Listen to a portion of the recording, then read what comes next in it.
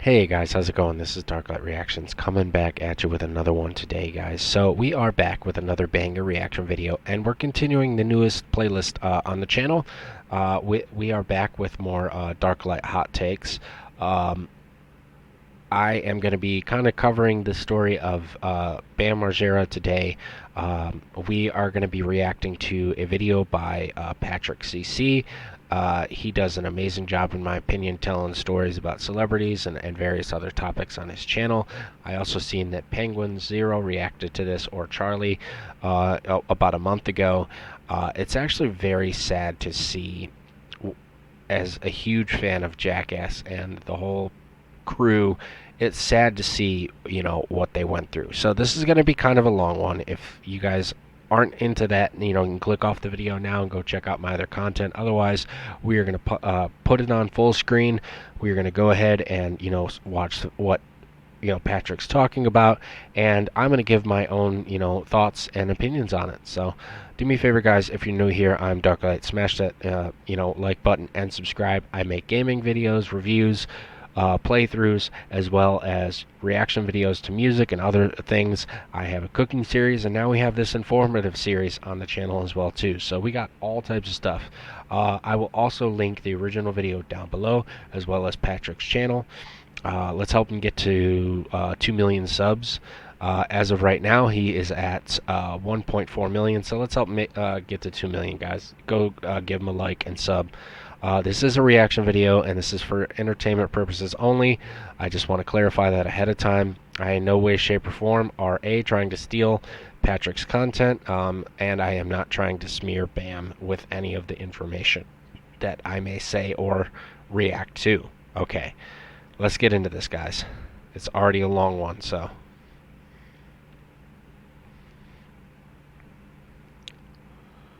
Either by professionals or under the supervision of professionals. Accordingly, Patrick CC and the YouTube community guidelines must insist that no one attempt to recreate or reenact any stunt or activity performed in this video. Also, this video is in no way trying to glorify the life or lifestyle of the subject, but rather document it for educational and artistic purposes. Bam Margera is a skateboarding and pop culture icon who shaped the childhoods of millions of kids around the world. He could be the second most famous skater next to Tony Hawk. By the age of 21, he was already a multi-millionaire stuntman and professional skateboarder known all around the world. Before the internet, he basically invented the formula for viral stunt videos and pranks that are still used today, but none of this came without sacrifice. He put his family and friends through hell. Sorry to pause it so soon, guys. I just do have to say, Patrick is right there. A lot of people don't realize this, but back in the day, Bam Margera, along with the help from the Big Brother magazine and Johnny Knoxville, all of that combined helped him basically create the first form of viral videos. He would film different stunts and various pranks while he was a part of all of that. I'm not sure if he's going to cover that or not, but I remember that. I mean, it's people don't realize that nowadays. There was really no like viral videos or stuff like that back in the day. For money and fame. He developed multiple bad habits with you-know-what. He had complicated relationship issues with multiple individuals, and once he lost his lifelong best friend Ryan Dunn in a fiery car crash, his whole life spiraled out of control. Even in 2022, it's still looking bleak for Bam. Bam's father Phil was obsessed with the home video in the 80s. He recorded everything Bam and his brother Jess did all around Westchester, Pennsylvania, which is where they were from. He had a giant camcorder that sat on his shoulder and loved the idea of filming. They would play all sports, but once Bam got a skateboard, he found his true passion. And his parents never made him do anything. No chores, no responsibilities. It was all fun, all the time. Every weekend, his father would take them to skate spots and skate parks all around Pennsylvania. They would skate all day and watch what they recorded all night. By the time Bam was 10 years old, in 1989, he was known at a local skate park called Cheap Skates as a very talented young prodigy. He met Bucky Lasek there, who was an 18-year-old pro skateboarder. He also met his longtime best friend Brendan Novak at this skate park. Bam wanted all his friends in the neighborhood to watch his skate videos, but not all of them thought they were interesting. So he thought it was a good idea to put bloopers and goofy things that he did on camera in the video. He realized the funny moments are what kept people interested in his skate videos, which would end up laying the foundation for basically his whole career. In 1992, at age 13, Bam got sponsored by a local And that's one thing I did want to real quickly point out. As a longtime fan of not only Bam Margera, I'm not. I would say I'm not a fan of him now because I can't defend or condone any of his actions lately. It's been crazy seeing the drama unfold. But people forget that he really did work hard. I mean, Patrick pointed out his parents really didn't pressure him to do anything, and just kind of let him, chase his dreams. And I don't think there's anything wrong with that. They went with their gut and raised him how they felt, you know, good. In my opinion, they tried to let him have fun and got him, into skating by letting him do what he wanted. I mean, it's not easy. Skateboarding is not an easy thing. I never made it big in it. Um, and there's nothing wrong with that. I just enjoyed it, but it's hard, man. The risk of hurting yourself, the risk of bodily harm and injury for that is even death is, yeah, it's bad. So he still had to work for what he was doing. I mean, he was grinding as a kid. Shop called Fairman's. It wasn't anything crazy. They were just getting 2 free boards a month and some wheels. But it was enough to legitimize his skating. Every single day was skateboarding. His parents just let him go. Washington, D.C., Philadelphia, New York City, Baltimore. If there was a skate competition or an event anywhere within 4 hours, Bam and his friends were there. If people were filming, Bam did whatever he could to get a trick in the video. This is why he became so well known in the skate community. He was a badass little kid who was in every team skate video on the East Coast. He would daydream in school and was diagnosed with ADD because he didn't pay attention. His mind was fixated on skateboarding and videos. On the first day of 10th grade, he realized school was no longer for him. He dropped out and never looked back. Bam's friend Mike Maldonado was sponsored by a company called Toy Machine, which was a California-based company. Once Bam dropped out, he went right to LA to skate with professional skaters in the mid-90s. He wanted to be immersed in the culture and of course make a name for himself. So any idea he had, he attacked it head on. Any trick he wanted to land, he didn't stop until he landed it. His drive and passion was infectious, which is what kept people around him. But he was also funny as hell, doing anything to make his friends laugh. Since they kept a video camera on everything they did, the skits ended up being more interesting than his skating. And Bam realized this, so he leaned in. His videos ended up being about 50% stunts and 50% skateboarding. But there was a major cultural shift happening in LA, something called Big Brother magazine. Skateboarding had a big popularity boom in the 80s. Okay, he is but going to cover culminate it. to this big mainstream success right away. In the 90s, people weren't sure where it was going. Tony Hawk was basically the only skater making money from competitions and selling merchandise. But being a professional skateboarder was not a lucrative career. It really just became a lifestyle. And Steve Rocco, founder of multiple skate brands, decided this counterculture needed a publication. Big Brother magazine documented mostly skateboarding, but also anything that the mainstream wouldn't. Nothing was off limits, and it quickly built a cult following because kids adopted this sort of rebellious thing that their parents hated. It was raunchy. I will say that, yes. Back in the day when I first got into Big Brother magazine, I had a few issues, and my mom was very, how to say, iffy on even letting me have it. It was very explicit. They were, the first really non-censored magazine to be released, if that makes sense. They covered various topics, as you saw him point out, and it was pretty crazy. But it was nice to see because Big Brother really did help, get skating out there. Crass, and in your face. The lead editor was Jeff Tremaine, who was in charge of finding good stories and documenting them. He would just be around California and follow around skateboarders and document the crazy lifestyle that people were living. Back before the internet, people weren't documenting crazy stuff for views. They didn't make money off these things. They were actually just living crazy, rebellious lives because that's who they were. In 1996, Jeff Tremaine worked on putting out a Big Brother branded video called which followed the same format as a typical skate video but featured a bit more antics than normal, partying, naked people, and living a reckless lifestyle. The most famous skit was Wee Man painted all blue messing with people on the streets in LA. This video was such a huge success in local skate shops, and they immediately worked on the second one, which was called Number 2. This video was much more organized, way better skating, still depicted the crazy lifestyle but had better skits. Johnny Knoxville made his debut in this video where he performed multiple crazy stunts. The magazine and now both videos ignited a fire in Bam. He was already doing stuff like this, and now he knew there was a market for it. He knew he can compete and make something of the same caliber. Thus, CKY was born. By the way, double check and make sure you're subscribed. Might as well slap the like button and take a sip of water. Stay hydrated.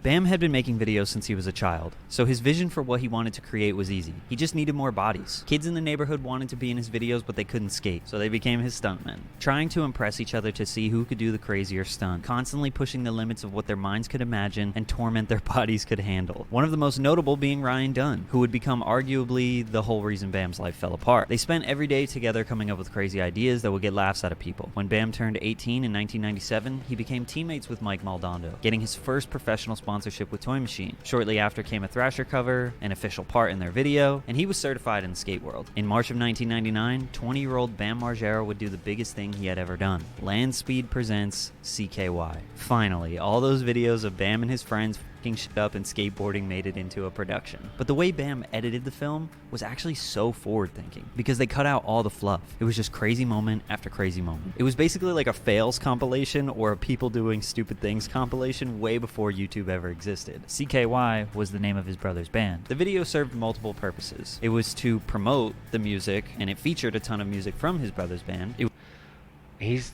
What he's talking about right now is what I'm talking about. Like, he had such genius moves for back then. I mean, not only was he able to promote his, as he's saying, was he able to promote his music, but he was also able to, like, basically, as we would call now, where we shout out other creators on channels when we do reactions and reaction videos to, like, musicians.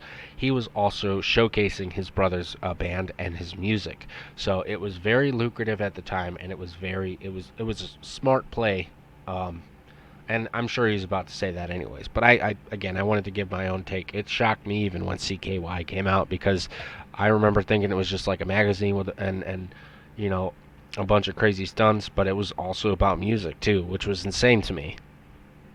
It was to show these crazy stunts from his friends, and of course gnarly skate clips to show off Bam's skating. Land Speed was the name of a skateboard wheels company, which was owned and distributed by Tum Yeto. Tum Yeto also owned Toy Machine, so Tum Yeto did the distribution for this movie in as many skate shops around the country. It was a huge hit. Bam was getting recognized at every skate park he went to and started to become a bit of a celebrity. It made him realize that he never actually looked into the financial aspects of the film, because Bam wasn't making that much money from it, but he was being recognized all over the country. Turns out, Todd Swank, owner of Tum Yeto, was ripping off Bam badly. To what degree, we don't know. But we do know that Bam left Toy Machine because of this, got a new distribution company to release the film, which was called VAS. They dropped the Land Speed Presents, and actually edited out some clips that included Tum Yeto references. Then when they redistributed the film, Bam got a check from VAS for $1 million.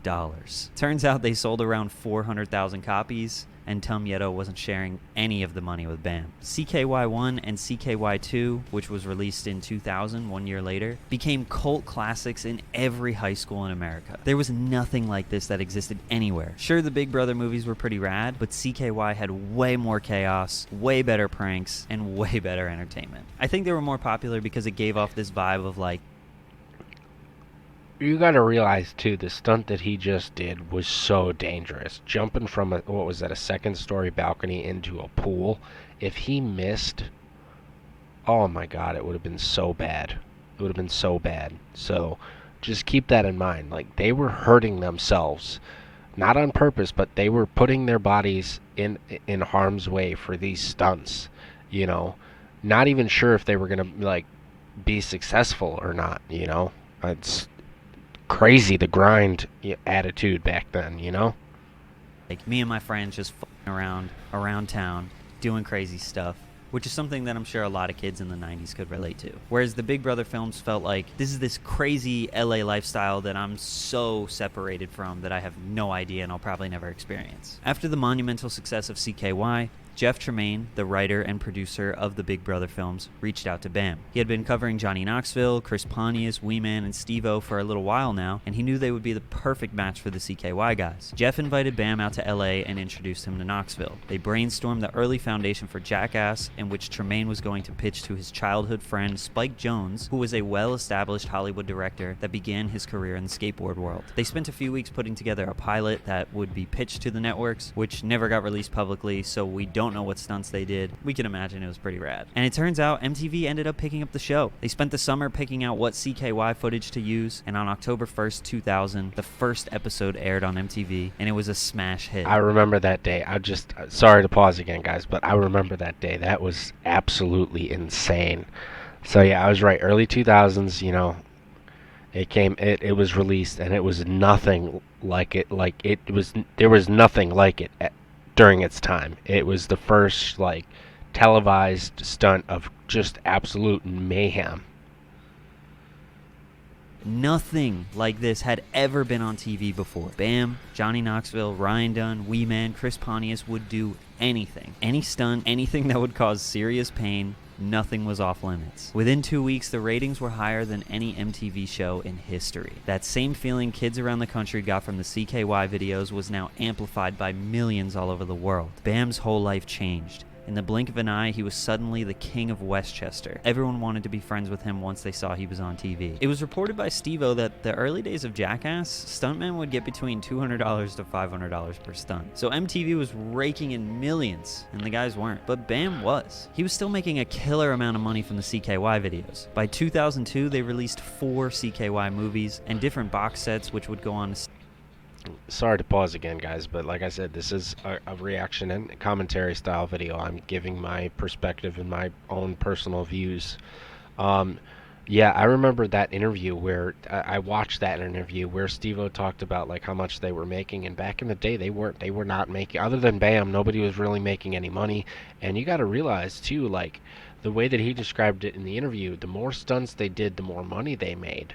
And you got to realize that was their job. That's what they did. So if they broke a wrist, or if they broke an ankle, or if they hurt themselves, they were out of money if they didn't film. And if they turned down a stunt because it was too dangerous, or they just felt too uncomfortable doing it, they would miss out on a paycheck. And you got to remember, even though back then stuff was cheaper, still $200 is it might have gotten you a cheap motel room for a night and maybe a meal at McDonald's. I mean, it still wasn't that much money. You couldn't pay rent. You couldn't get a car that ran. I cannot imagine how difficult it was to start this and start making money. It's just... I mean, nowadays, Jackass is such a huge franchise. It's well recognized. Even if it's not your thing, everybody knows what it is. And that's insane to me. Seeing that interview was just nuts. Sell over 1 million copies. So if the DVDs were $10, which was cheap at the time, that's about $10 million. Bam was driving around in brand new cars while Steve-O was doing stunts for $300. It was also in 2000 when Bam met Tony Hawk at the Tampa Pro Skate Competition. Tony invited Bam to go on his national skate tour and to be in his video game Tony Hawk Pro Skater 3. So with Bam being on Jackass, the most successful MTV show, CKY videos selling out all over, becoming a wildly successful indie film, and kids playing as him in one of the most successful video game series of 2001, basically he was on top of the world at age 22. At this point, his father Phil Margera quit his job as an Acme grocery store baker and became his accountant full-time. Managing his finances was his new career that he still does to this day. Paramount Pictures decided to make a budget for the Jackass movie in light of all the TV success. In October 2002, Jackass the movie hit theaters. Though controversial, the film had a budget of about $5 million and grossed $79 million worldwide in its first week. It was safe to say this was a massive hit. We don't know what types of deals were negotiated. I believe Johnny Knoxville made the most since he was producer, but I think it's safe to say the money was rolling in for Bam. MTV, of course, needed a spin-off for Jackass after it was done airing on TV, so they offered one show to Bam, called Viva La Bam, and one show to Steve-O and Chris Pontius called Wild Boys. Viva La Bam was basically a show about Bam and his friends doing stunts, skating, and traveling the world. There was also an ongoing theme in the show where Bam would absolutely terrorize his parents as well as destroy their house. Luckily, in season 2, he purchased Castle Bam in Westchester, Pennsylvania, which would basically become a 14-acre adult amusement park. Bam was given a budget of $300,000 per episode, in which he would keep about $40,000. I believe the show ran for about 60 episodes, so yeah, millions of dollars. He built an entire indoor skate park, a full casino that was suspended up in the trees. He would travel all around the world, buy cars to demolish them and blow them up. He did a full Civil War reenactment. Absolutely anything he wanted to do, MTV was willing to pay for it. A lot of the times they even told him his ideas weren't crazy enough. MTV didn't realize how long it would take for skaters to land their tricks, so it wasn't really worth their time to sit there for hours while someone is trying a skate trick only for them to land it and it takes 5 seconds of the show. So they kind of forced him to stop skating. At this point, he stopped fulfilling his duties as a sponsored skater, and his whole life became, how can I cause absolute chaos from the moment I wake up until everyone goes to sleep for the next 3 years? Up until this point, Bam actually stayed clear of drugs and alcohol. He maintained a sober life and was motivated by just having fun with his friends, and of course making money. Almost none of his friends were sober though. In fact, his two best friends, Ryan Dunn and Brendan Novak, were long-term addicts. Bam would constantly kick Brendan out of his house and his life for getting high and bringing drugs around. Dunn's drug of choice was alcohol. At about age 25, Bam started picking up the booze himself. He was infatuated with the rock star lifestyle, and his favorite band of all time, Him, introduced Bam to how rock stars get down. But after 3 years straight of chaos every day, Bam needed a break. He was exhausted. And in 2005, the show ended only because he just didn't want to do it anymore. But this break lasted about 2 weeks before he realized that he was extremely bored and had no other hobbies since his life was just recklessness with a multi-million-dollar budget. So he just drank all the time. I do feel like I have to mention this too. Money was rolling in by the boatloads. He was in every Tony Hawk Pro Skater game, including one where he was on the cover. He was in commercials, selling more skateboards than Tony Hawk through Element. At one point, Bam was selling 40,000 skateboards per month, and Tony Hawk was selling about 13,000 because Bam would make... That is a good point. Like, Bam was like just skyrocketed back then, just making millions of dollars off of deals. And I remember Bam, like Element, the Bam Element series. I had a T-shirt, I had a skateboard. I think my cousin John had an Element, a skateboard as well. I mean, it was popular. Bam was the icon. You know, he was skateboarding. I mean, people always talk about Tony Hawk, but nobody like seems to remember that he just pointed out he was actually even selling more skateboards. And it's interesting to me that, you know, people don't realize too, like, skating was what kept Bam clean, because I mean, at least from my personal experience and opinion on the subject matter, you can't be toasted when you're doing, you know, skating moves. If you're drunk and you fall off your board, you don't think right, your reaction time's off, you know what I mean? So honestly, once MTV made him really stop, you know, skating, to get the perfect shots in, and as he said, started letting him just run buck wild, everything changed, you know. And it was sad to see that. I mean, I loved Viva La Bam. I loved a lot of his skate, you know, moves in there. I loved the skating more than, you know, the crazy stunts he was doing. You know, that's just me. But I figured I'd give you guys that take. Anyways.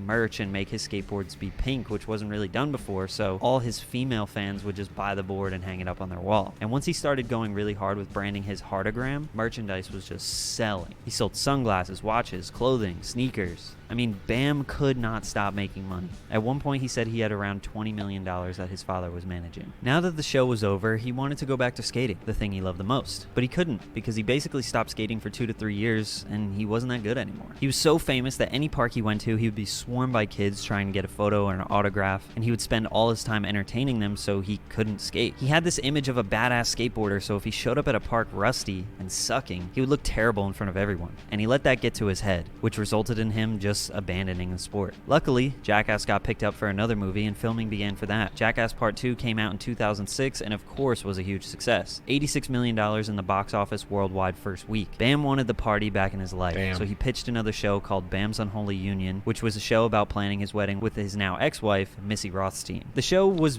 basically Viva La Bam, pranks, skits, shit up, but with another side where his wife and mother April were planning the wedding. His relationship with MTV would end during season 1 because they wanted him to get his wife pregnant so they could have a plot for season 2. Bam freaked out on them for wanting him to bring a literal human in the world just for financial gain. So in mid-2007, Bam was 28 and had no more daily chaos in his life. Well, technically. He basically kept living the Viva La Bam lifestyle, except he wasn't getting paid for it. Random people would show up to Castle Bam to hang out, get drunk, and party, and if Bam was out of town, traveling for business, or in Europe, people would just throw parties at his house. He was very liberal with the gate code, so everyone knew it. Plus, the county and the town and all the cops in Westchester knew about his craziness after them filming the show for 5-6 years at this point. So it wasn't weird to have 100 people partying at his place. He filmed an indie movie called Where the F is Santa, which was basically an extended Bam's Unholy Union episode with pranks and all the same nonsense that he had been doing for over a decade. Not sure what the success was for this film, but it was clear that Bam could not move on from the life that he had. He wanted to just keep doing another movie or another show that consisted of the same chaos and rebelliousness that ensued since he was 20. Then in 2009 came another CKY indie film called Ming Hags, which again was just Bam trying to recreate a moment that wasn't there anymore. I mean, sure, his fans loved it, but I'm also sure most of y'all never knew this existed. He managed to land another TV show on Spike TV called Bam's World Domination, a show with him and Ryan Dunn, which aired on Spike for one episode, one evening at 11:30 p.m. on a Wednesday, which happened to be 2 days before the Jackass film. It was a hilarious episode and had a ton of potential, but nobody really knows why it didn't continue. Luckily for Bam, Jackass was back for another... I'm actually interested. I'm surprised he actually added that in there. I wondered. I remember seeing the episode. I was, like I said, I was a huge fan of Bam, and I remember watching it, and I thought it was hilarious. I don't understand why they never continued it. I thought the chemistry and the jokes and everything, it reminded me of Jackass, but it had it had its own spin. It was different, but not at the same time. If that makes sense. So I don't know what happened there either, but. My overall opinion is just, I think Bam really needed to start letting go of the crazy stunt ideas. I mean, I can understand wanting to film, but I think he just fell off, in my opinion. I think he got bored, and he got into some bad habits because he was bored. I mean, you got to remember that this is the dude that was used to skating every single day, hanging out with his friends, filming. And once it started becoming a business, I think it took over his life so fast.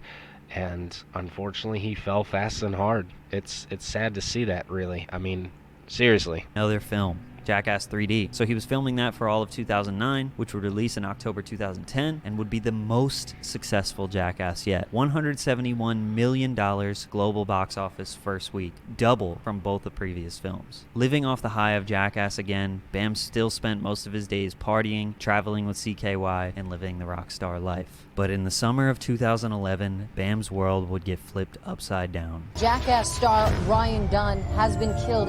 Dunn's Porsche might have been traveling as fast as 130 miles per hour. Fellow Jackass star Bam Margera was actually in Arizona when he got the call. He said shook his world, informing him that his best friend he considers his brother was killed in a fiery crash. Bam's best friend, since he was 10 years old, passes away. Ryan Dunn was his creative partner. He was there for everything. Whenever Bam had an idea, he discussed it with Ryan. If he wanted to film a stunt, Ryan was the first guy ready to do it. He had spent the past 15 years attached at the hip with this man. He basically was the only true friend who stuck with him through all the ups and downs. Now, he was gone. This would be the beginning of the downward spiral that...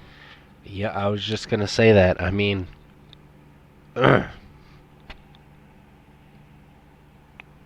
As a huge fan of, like I said, Ryan Dunn and old Bam, I'm just going to call him that, old Bam, the old version of Bam, the fun one, the one that really didn't, act crazy like he does nowadays.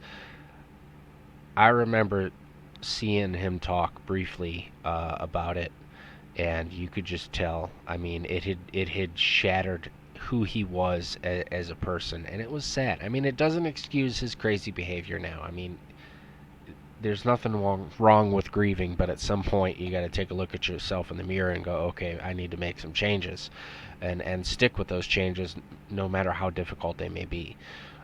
It was heartbreaking to see that, it's sad. It's sad when your idols make bad choices, Bam still has not figured out to this day. Bam did a lot of press immediately after Ryan died. I guess he felt the need to talk about it, like he needed to get something off of his chest. He was doing radio interviews and podcasts like a week after Ryan passed. He also made some public appearances in 2011 where he seemed to be okay, but these days were dark for him. He would lock himself in his basement just watching old footage of him and Dunn, getting drunk and not talking to anyone for weeks at a time. He started working on a movie, which was a tribute to Ryan Dunn, which still never came out. He still wasn't skating, and the only time he would go out of the house was to the bar or on a CKY tour where he would perform some of their songs. He went through a divorce with his wife in 2012, which I can imagine was a direct correlation to losing his best friend. In 2013, he started to gain a lot of weight, officially touring with his own band called Face Unstoppable, which was literally just CKY with him, still partying every night and waking up in the morning to not face his demons once again. But he did get married to his current wife, Nicole Boyd, which I suppose was good that he had some type of stability. And after 2 years of getting drunk, doing rock shows, and avoiding his reality, he actually managed to land another TV show. 2014, Bam's Badass Game Show. 1 season, 6 episodes, all aired within 1 month on TBS. The average viewership was less than 1 million. People were pretty harsh on this show. It wasn't actually that bad, but it promised to feature contestants doing stunts similar to Jackass, but ordinary people doing them, which was kind of interesting. But the stunts were just not as crazy, like even less crazy than Fear Factor. Plus, the casting was full of corny people, and Bam himself wasn't doing any of the stunts, which is probably what people wanted. The show ran for a month and then got canceled. I'm sure this didn't help Bam's confidence in wanting to do work anymore. I personally was a fan of the show. I think too many people harshed on it because he wasn't doing the stunts himself, and they weren't as crazy. But you got to remember this. I think as he said, it was on TBS, so they weren't as like. TBS is more family friendly. They weren't like MTV was at the time, so they weren't allowing a lot of the crazy stunts. Plus, these were regular people. These weren't trained stuntmen. You know, these weren't people that had like medics on standby. It was. You can't go and jump off of 2-story buildings into pools and do all the crazy stuff he was doing without risking, lawsuits and just bad publicity in general. I'm not bashing. Don't get me wrong. I'm not bashing on the Jackass lifestyle, but I understand why it got canceled. So it didn't add up to what fans wanted. So it was back to the basement with Dunn's memories. In 2015, the Ride channel posted a trailer for his movie about Dunn, which was called I Needed Some Time to Be Useless. There was a lot of hype on it. I think putting out this movie might have been a good way to close the door on the past and move forward with his life. But what actually happened was it kept the salt on Bam's wounds while making it. He couldn't ever perfect the movie nor finish it. In a 2017 interview, he talked about how he still couldn't finish the movie because the end of the movie needs to be Bam moving on with his life and not to repeat old patterns. But that is not his reality still to this day, which is why this movie still can't come out. Also, in case you were wondering, Castle Bam was still a never-ending episode of Viva La Bam. He kept drunks and addicts sleeping all over his house and partying every night just to relive the old days. The only problem was none of these people were his actual friends. They were going nowhere in life, and Bam had enough money to buy them whatever they wanted. The movie never came out, and Bam had made the best decision of his life sometime in 2016. He was finally fed up with the way he was living and the way he looked. He moved to Estonia with his wife, left everyone he knew back at the castle, and spent 6 months there losing weight and getting healthy. He then moved to Barcelona where he was going to learn how to skate again. At this point, Bam had barely even skated for the past 10 years. He had to relearn everything, and he couldn't be drunk while he was doing this either. He remained sober for about a year while relearning his first passion. Keep in mind, at this point he's 38, so he wasn't going to be as good as his 20-year-old self. There were some tricks he was just not going to be able to ever do again. In 2017, he moved back to the States and did a lot of press. He seemed to be in great spirits. He seemed to be sober, he was skateboarding again, and it was looking like Bam closed the book on the past. His mother, April, had the idea of putting Castle Bam on Airbnb while he was in Europe, so she spent the whole year getting it ready to put it on the rental market. It was a huge hit immediately, and she got it booked for about a whole year straight. Bam didn't love the idea, but once it became successful, he was okay with it. At the end of 2017, Phoenix Margera was born, which was his first child. So now he was back in Westchester with a new home, a new child, and a fresh outlook on life. Unfortunately, this wouldn't last long. The worst thing for him was being back in Westchester. The same old town, the same old friends. With Castle Bam being right around the corner, it was like a lingering demon just tempting Bam to go back to his old ways. In late 2018, he did, throwing parties, trying to recreate a moment once again. 2019 was a dark year, one where he didn't seem to recover from. He started off the year going to a rehab, in which he left after just 10 days. And I didn't really mention this, but honestly, for the past 10 years, he had been in and out of rehabs. He started a comedy and storytelling tour, in which I assume he probably just needed some money or something to do. He was basically just in a drunken, rambling stupor on stage. It's kind of difficult to watch. On this tour, he famously went crazy on his manager and his wife because they showed up to one of the comedy shows 2 hours early and nobody was there. Obviously, this freakout was unjustified, and his outrage most likely came from the drugs and alcohol. His longtime friend and heroin addict Brendan Novak told the story of Bam taking care of him for years, making him get sober, and everything he did to stop him from doing. But now the roles are reversed. Brendan is sober and getting his life together, and Bam is the one who can't stop. I also haven't mentioned this at all, but Bam has an unhealthy relationship with Instagram. He basically posts all facets of his life on there since 2012. You can tell when Bam is going through a rough time just based on what he posts on there. The comment section is constantly filled with people begging him to get help or begging him to stay sober. And as a longtime fan of Bam Margera, it's crazy to me that the roles were reversed. Like Brandon, I remember Brandon was a struggling addict for years, but Bam always had his back, always did what he could. Even when he would kick him out of his house, as Patrick had stated, he would always come back, and Bam would always try for years. And then and Steve-O, same thing. Steve-O struggled to be clean for years, and then both of them got clean and were thriving and doing so well, and no matter what they did, they couldn't get Bam the help he needed. They just couldn't get him to stay away from the stuff that was messing his life up, and that blew me away personally. I never thought I'd see the day where Steve-O and Brandon were clean and Bam was struggling. I never thought that day would come, and it's sad, really. It's really sad that he just won't grow up and get the help that he needs. Could make a 3-hour video on just his Instagram. Summer of 2019, he claimed he was fed up with living the way he was, and the only person that could help him was Dr. Phil. Dr. Phil, I need your help in a big, big way. His Instagram turned into a place to share his manic episodes. He did get on Dr. Phil, but it was pretty pathetic. It was evident that he was a spoiled kid who got everything he wanted in life. Yeah, he did work hard, but his parents never told him no. Nobody ever told him no. He never grew up, and truthfully, he didn't want to. His parents have been managing his life literally since he was born. He attended another rehab in 2019, and this is where Jeff Tremaine approached him about Jackass Forever. Jeff made him sign a wellness agreement basically stating that he would remain off drugs and alcohol during the filming of the new movie. Bam agreed and signed. And he's about to get into it, but I'm going to add my own little personal twist here. This, in my opinion, on top of everything that he's been dealing with since, Ryan Dunn passed, I think this was the nail in the coffin for Bam, in my personal opinion. When they had him sign that wellness thing, I did my own research on it. It basically stated that he would have to follow certain rules in order to be able to be on Jackass Forever and film Jackass, and as long as he followed those rules, it was okay. And I think, honestly, it was a smart opinion. It was set in place to help and not hurt Bam, but he couldn't follow the rules.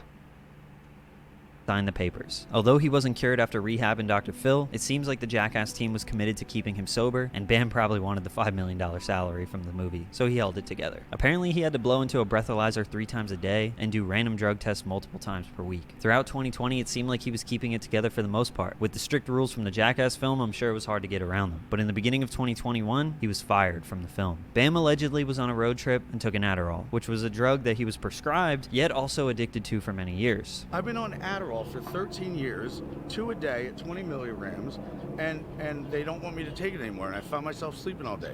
Well, I found a loose one in my car on my road trip, and I took it. He had to go to an urgent care that day to fulfill Jackass requirements and take a drug test, but he knew he would fail. He skipped the test and checked himself into a Florida rehab instead, but this wasn't good enough. He broke the wellness agreement, so he was fired. Bam's response was in a now deleted rant on Instagram. Who the cares if I'm drunk as hell or not anymore? One of his main arguments was that Jackass was always filmed while the guys were drunk and on drugs, so why is now any different? He doesn't seem to understand that now they are all much older, in their 40s, and it's time to grow up. Jackass coming back means the new gimmick is that a bunch of old guys are doing stunts, not crazy 20-year-olds. They're making the film for the money and nostalgia, not to ruin their lives again. But Bam has his parents.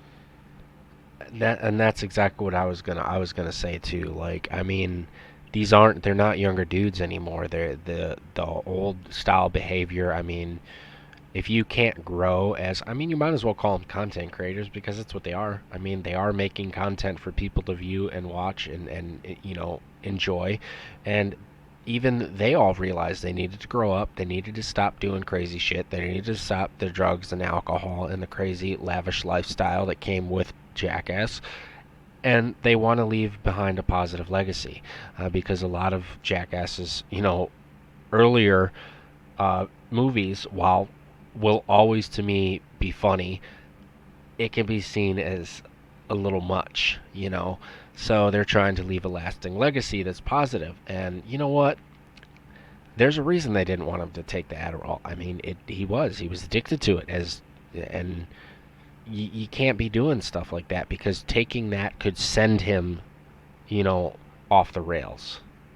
So I understand. Still taking care of his finances and responsibilities. He always did whatever he wanted and had everyone else handle the hard stuff. He still thinks he's a kid. He broke the wellness agreement. Simple as that. Now you have to face the consequences. It's really unclear how his year was going after this. When times are rough, he deletes all the comments from his Instagram and posts throwback pictures. That's usually a sign that he has his phone taken away. He did file a lawsuit against Paramount, Jeff Tremaine, Johnny Knoxville, and many others associated with the film, claiming that he was forced to sign this wellness agreement that led to psychological torture, and that they fired him to steal his creative input and save money on the film. Jackass was once 50% CKY members and 50% Big Brother LA members. Now almost nobody from CKY are in the film. After the lawsuit and the antics in the beginning of 2021, he did a little bit of skating with Thrasher and even collaborated with Danny Duncan. But for the past 6 months or so, his Instagram has just been a bunch of throwback photos with the comments turned off. His wife recently filed for full custody of his child, but not a divorce, which I don't really know why or what that even means for their relationship. Addiction is a vicious cycle, and it may seem like I was being hard on Bam, but truthfully, I feel for anyone struggling with addiction. It's something that's impacted my life a lot. We aren't really sure where Bam is at today. Maybe in a rehab, hopefully accepting that his life has changed a lot. I think quitting skateboarding due to his ego of not being the best anymore was one of the worst things for him, because now he is too old and out of shape to do what he once could, which prevents him from staying focused. He has tons of real friends out there, Steve-O, Brendan Novak, Rehab, that will actually help him get better and be a positive influence. But you have to want to get better. He needs to accept that the Viva La Bam days are over. It's time to grow up, kick everybody out of Castle Bam, and be a father to your son. He could still get into producing movies or directing, maybe working with aspiring skaters or stuntmen. It could be a healthy thing to focus on, as long as drugs and alcohol aren't involved. He has plenty of money. His father did right by him managing his finances. But one day,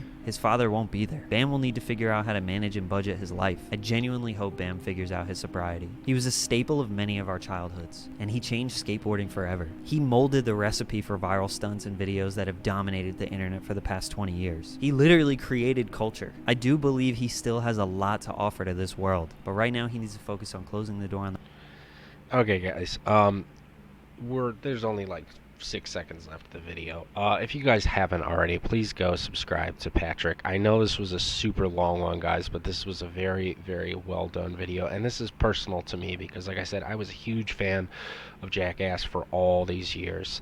I was a huge fan of, Viva La Bam, and it's just sad to see where he's gone. Now, this video was created a year ago, so recently there's been a lot of controversy.